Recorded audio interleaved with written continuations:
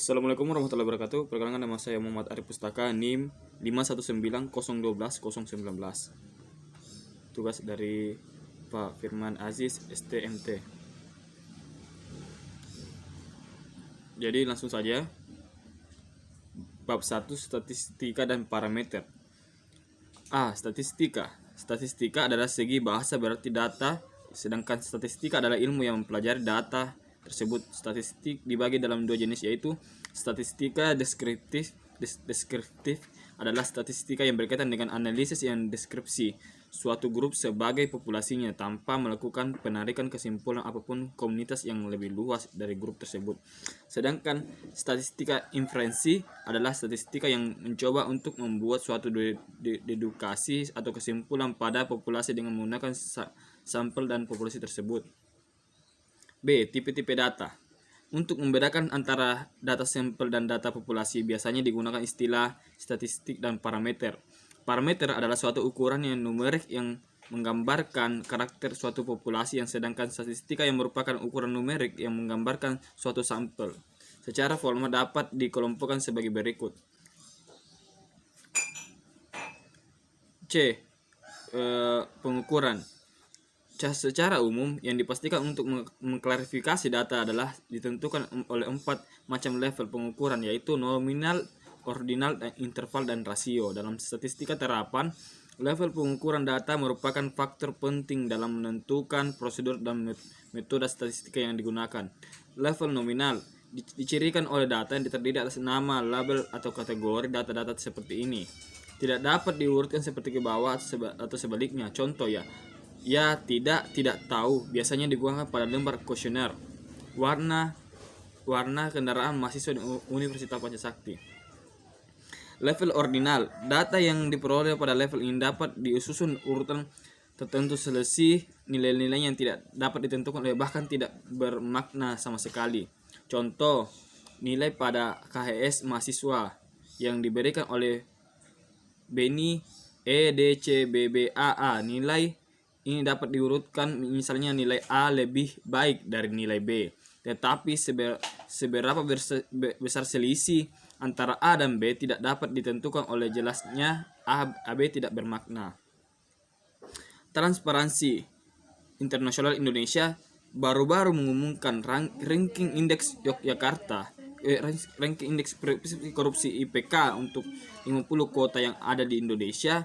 Dari 50 kota tersebut, Yogyakarta menduduki kota terbersih pada ranking pertama, disusul Palangkaraya pada ranking kedua, Banda Aceh pada ranking ketiga. Langsung saja selanjutnya. Level interval, seperti yang ordinal dengan sifat tambahannya adalah selisih antara dua data mempunyai makna, tetapi level ini tidak mempunyai titik nol alami sebagai titik kawal. Contohnya temperatur. Suhu badan 36 derajat Celcius, 37 derajat Celcius merupakan contoh data dalam level interval.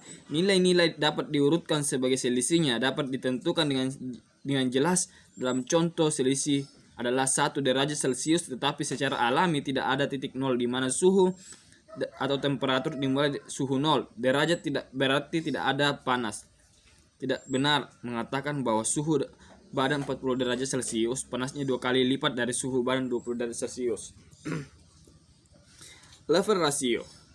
Level rasio seperti level interval, namun ia mempunyai titik nol alami sebagai titik awal dari data dari level rasio. Contoh harga buku teks mahasiswa merupakan data level rasio, di mana harga rupiah menunjukkan tidak ada harga alias gratis. Bobot berat badan manusia merupakan data level rasio, di mana berat menyatakan tidak ada bobot. Indeks Pepsi korupsi IPK ketika belum di ranking IPK dikeluarkan oleh titik masih dalam bentuk skor skala 10 sampai ketelitian 2 digit. Di belakang koma, misalnya Yogyakarta dengan IPK 6,43, Palangkaraya dengan IPK 6,10. Soal latihan statistik dan parameter, identifikasi adalah apakah nilai angka sebagai berikut parameter. Dewan Perwakilan Rakyat DPR RI saat ini terdiri dari 150 dan 350 pria. Sebuah sampel diperoleh bahwa rata-rata waktu belajar mandiri mereka seminggu 15 sampai 2 jam.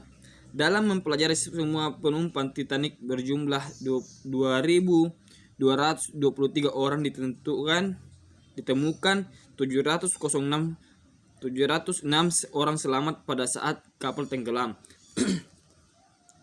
Jawabannya ada data parameter A, data parameter B, data statistik, dan C, data parameter.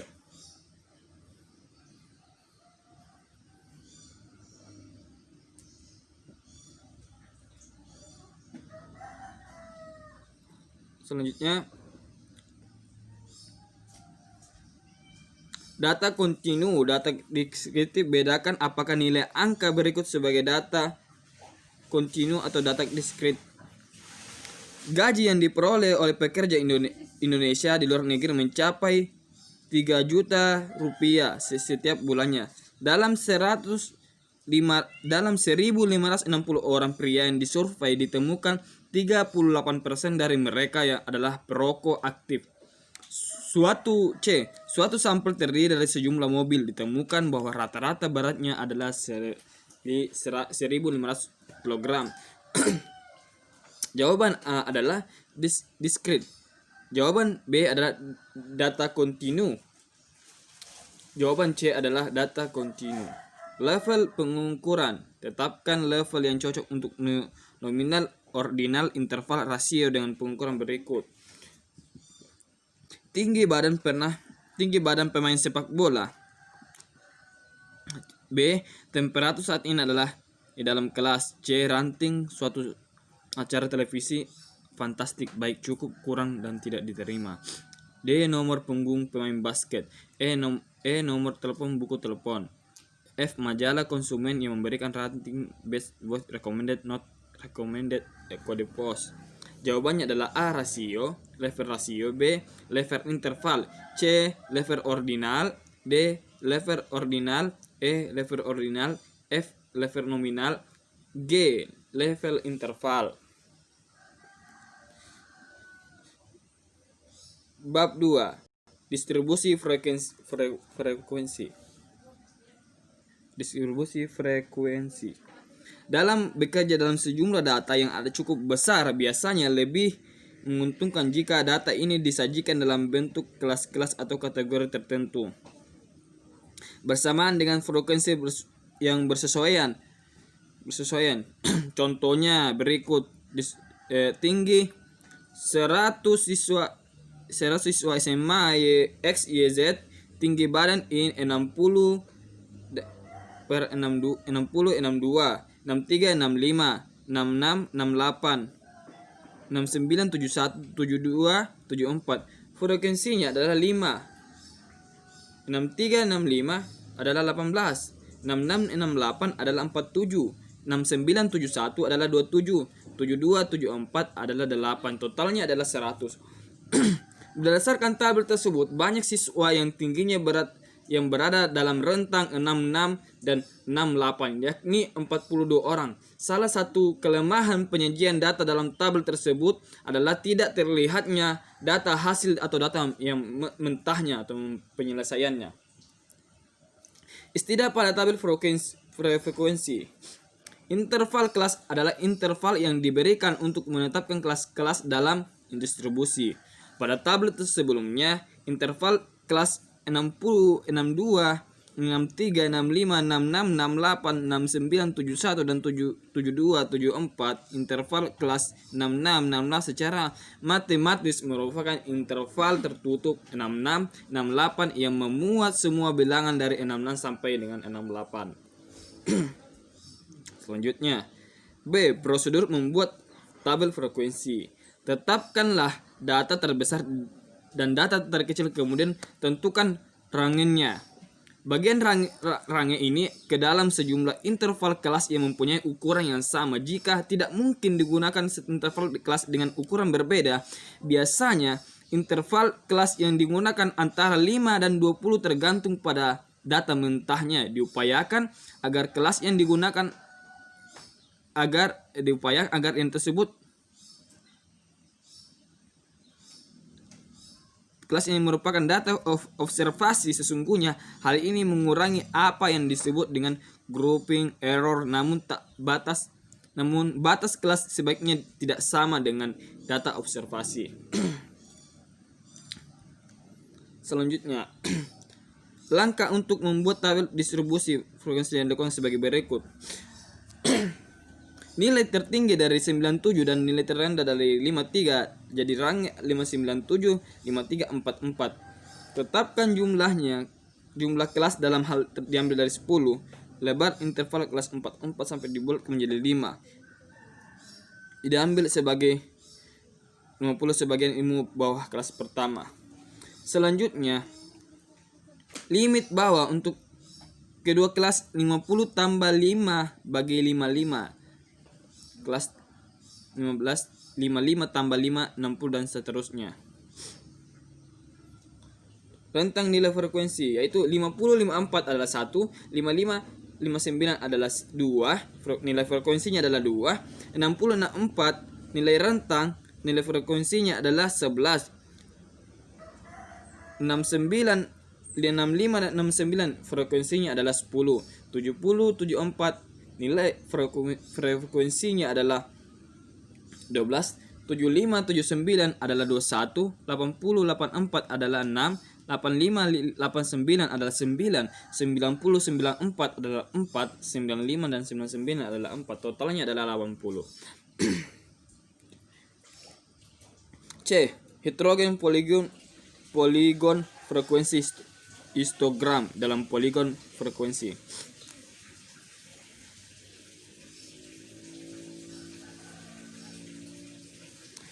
Melalui tabel ini merupakan representasi grafik untuk distribusi frekuensi histogram berupa sekumpulan persegi panjang dengan alas pada sumbu X. Pusat alasnya adalah kelas, lebar alasnya lebar kelas interval.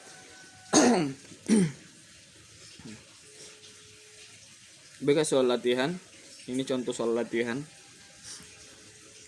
Ini mungkin saya lebih jelaskan nggak secara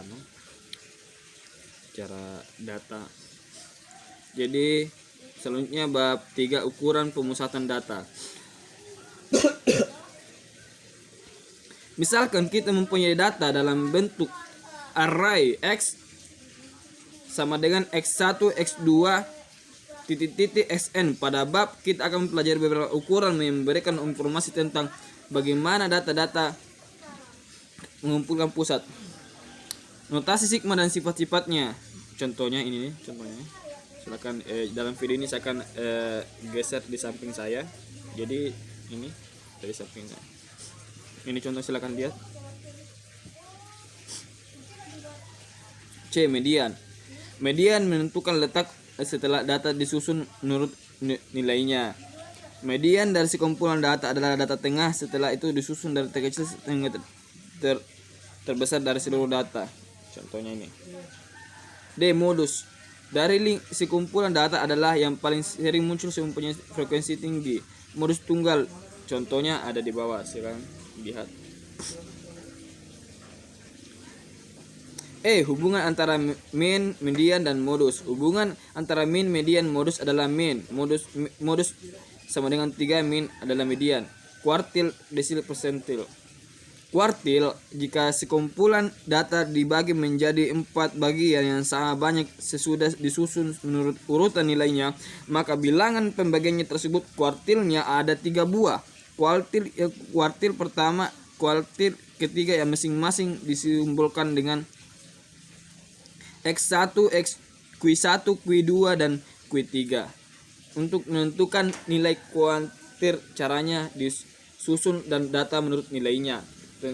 Tentukan letak kuartil, letak Q1 data ke contohnya. Jadi saya akan bab 4, ukuran penyebaran dispersi variasi. Kecuali ukuran gejala pusat, masih ada lagi ukuran lain, yaitu ukuran penyebaran ukuran dispersi, kecuali ukuran ini kadang-kadang dinamakan ukuran variansi yang menggambarkan bagaimana berpencarnya data kuantitatif beberapa ukuran yang dispersif. A. Rentang. B. Mean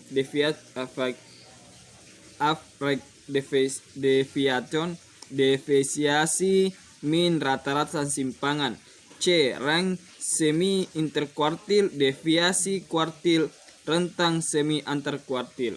Rank persentil 10 sampai 90. Standar deviasi simpangan baku. Contohnya di bawah. Variansi. Ini variansi contohnya. 1. Penyelesaian data minimal. Data minimal adalah data terkecil dalam suatu range. Data untuk menentukan nilai data minimal dapat dilakukan dengan 1. Mencari data terkecil. 2. Mengurutkan data discount target menggunakan formula min sebagai berikut. 2.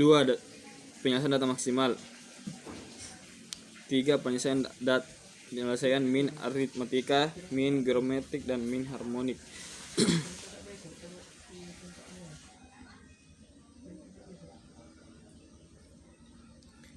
4. Median. Nilai median adalah nilai tengah dari data yang telah diurutkan. Untuk mencari nilai median pada data tersebut dilakukan dengan formula jumlah ganjil genap. Berikut modus. 5. Modus. Nilai modus adalah nilai yang sering bermuncul pada kelompok data tersebut. Populer jika dalam suatu kelompok data memiliki lebih dari satu nilai data sering muncul, maka sekumpulan data tersebut memiliki lebih dari satu modus. Oke, mungkin itu. Selanjutnya kuartil. Kuartil adalah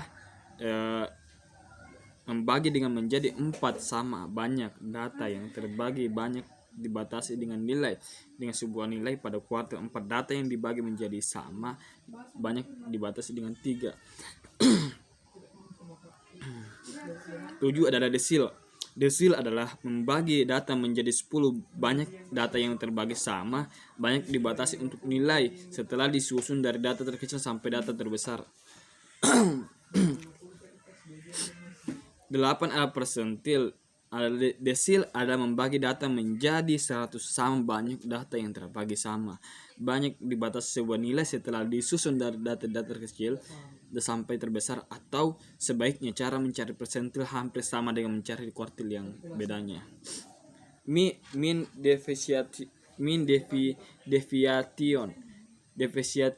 deviation. Simpangan rata-rata. Deviasi min adalah rata-rata jarak antara nilai-nilai data menuju rata-ratanya. Mencari nilai min deviasi pada tersebut dilakukan dengan cara menggunakan rumus.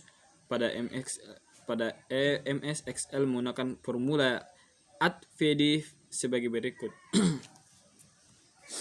10 standar deviation. 11 variansi. Bab 5. Untuk mempelajari populasi tidak mungkin kita mengamati seluruh anggota populasi dengan menggunakan contoh sampel. Penduga titik A, penduga titik B, penduga selang. 1. Penduga selang untuk nilai tengah, penduga selang untuk ragam. Bab 6. Pengujian hipotesis. Hipotesis adalah suatu proses penduga parameter dalam populasi yang membawa kita pada perumusan segugus kaidah yang dapat membawa kita pada suatu keputusan akhir untuk menolak dan menerima pernyataan tersebut. Contohnya hipotesis 0, hipotesis alternatif, hipotesis atau satu arah, hipotesis satu sisi, hipotesis dua arah, hipotesis dua sisi. Langkah pengujian hipotesis: tentukan hipotesis. Misalnya soal berikut ini.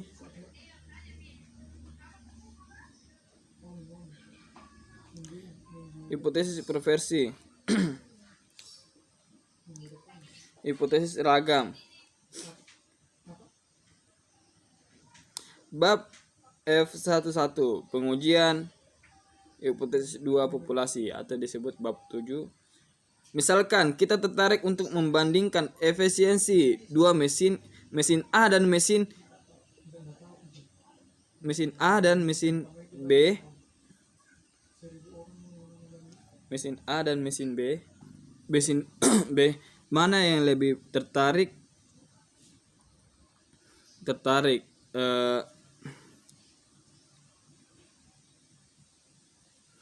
B. Pengujian dua ragam untuk tidak diketahui. C. Tidak berprasangka.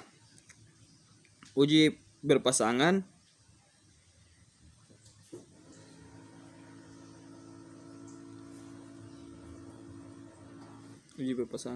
Jadi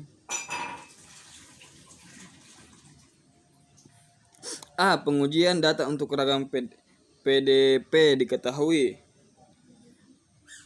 Pengujian dua ragam PDP yang tidak diketahui. C. Uji tidak berpasangan. D. Uji berpasangan. E. Pengujian dua proporsi. Berikut ini adalah di bawah saya akan tunjukkan dalam bentuk video.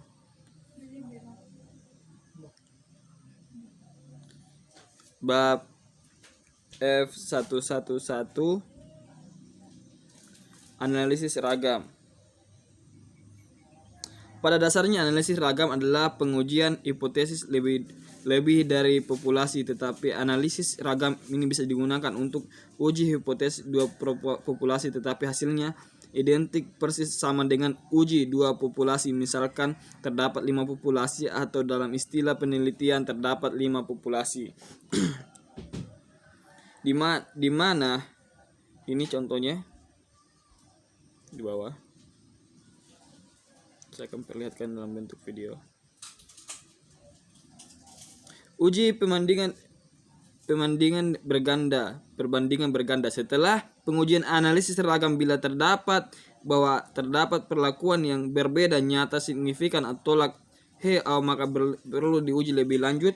Mana yang perlakuan berbeda, beberapa uji digunakan BNT, BNJ, Duncan, patut dan harus diingat uji lanjut. Jadi selanjutnya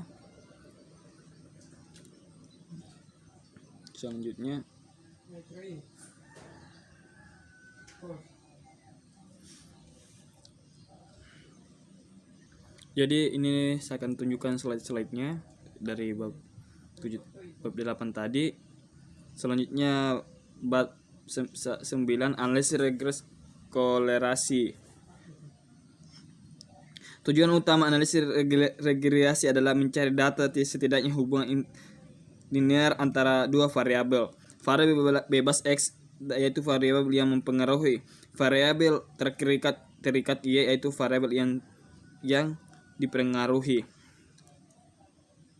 Misalnya contoh, nilai stat Y dari skor inteligensia X, berat badan Y dari tinggi badan X, tinggi tanaman Y dan dosis pupuk X, berat badan ikan Y dari umur X, diambil sampel berukuran dari populasi. Ini contoh-contohnya saya akan perlihatkan lagi.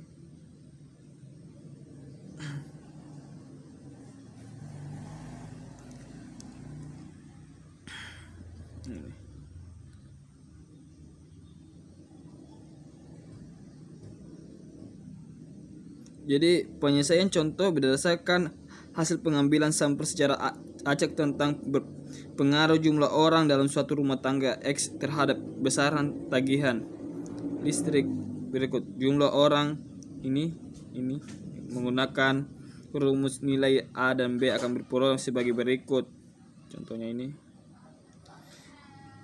Jadi demikian